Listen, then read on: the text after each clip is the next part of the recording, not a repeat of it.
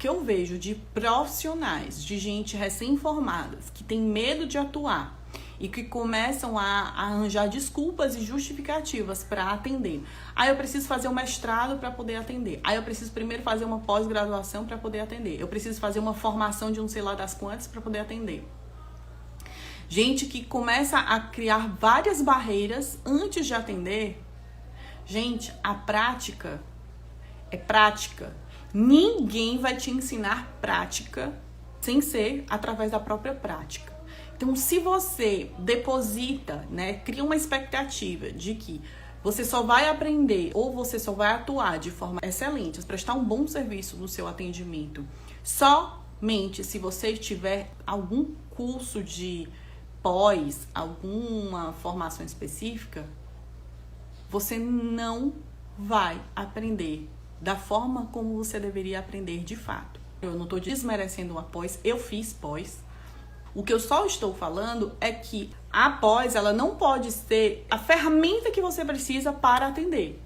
O que você precisa para atender, você já tem. A sua formação e a sua dedicação de estudo.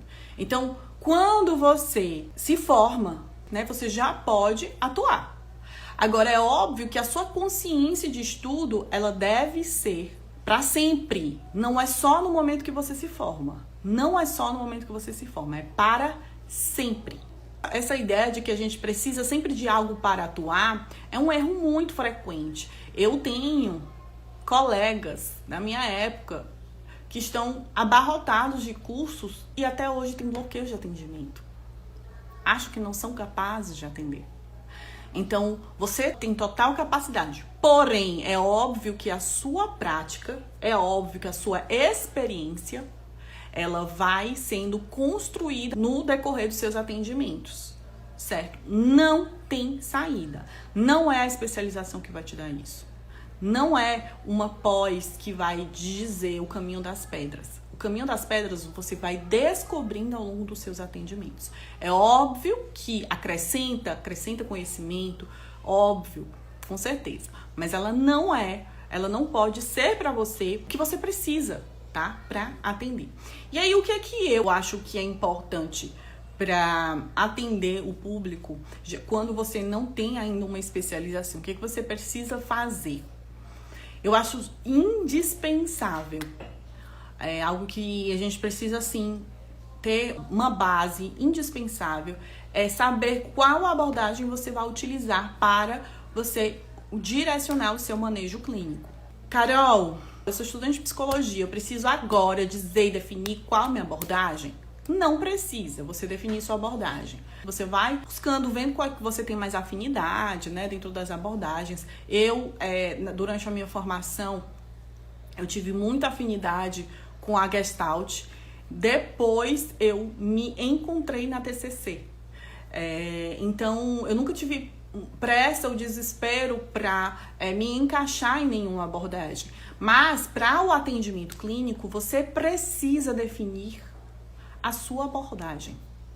E quando eu falo de definir a abordagem, eu também não estou afirmando para vocês que vocês têm que ser rígidos com relação às outras abordagens, rígidos em anular todas as outras técnicas. A gente não pode ser limitado no nosso conhecimento. Por exemplo, falei para vocês que eu tenho muita afinidade com a Gestalt, eu gosto muito. E dentro da TCC, eu utilizo as técnicas da TCC, eu me respaldo pela TCC, mas eu nunca abri mão de utilizar alguma técnica que faça sentido ou que me ajude na construção do meu caso.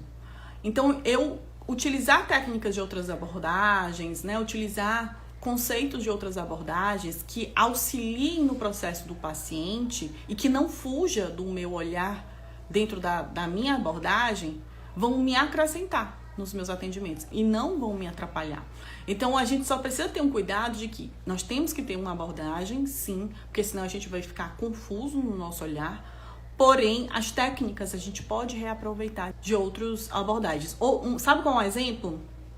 O role-playing, que é muito utilizado no psicodrama, a gente também utiliza na TCC.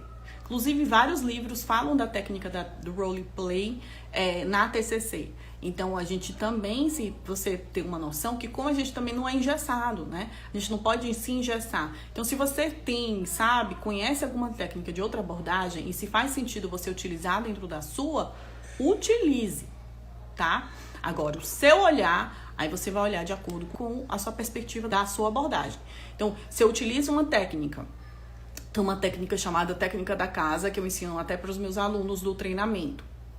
Essa técnica da casa é uma técnica que ela é da Gestalt, mas ela investiga tantos pontos que nós precisamos identificar dentro da TCC, né? Os aspectos de pensamentos, comportamentos, a tríade cognitiva, né? Do como eu me enxergo, como eu enxergo o outro, como eu me projeto no mundo, no futuro. Então, traz tantas informações importantes que eu pego essa técnica da Gestalt, utilizo na minha abordagem e assim eu consigo fazer um atendimento com ferramentas de uma outra abordagem, tá? Então, o que eu fiz? Estudei muito bem, aprofundei a abordagem, né? Estudei todos os aspectos teóricos e de estratégias, de técnicas que eu poderia utilizar no manejo clínico.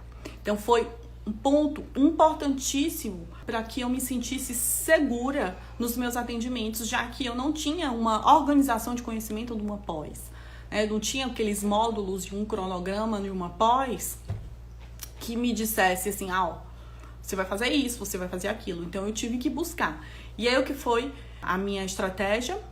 Me respaldar dentro da abordagem que eu me identificava, que era a TCC, ler todos os livros que eu podia sobre a terapia cognitivo-comportamental, como também eu mapeei as principais técnicas e estratégias que eu poderia utilizar com o meu público.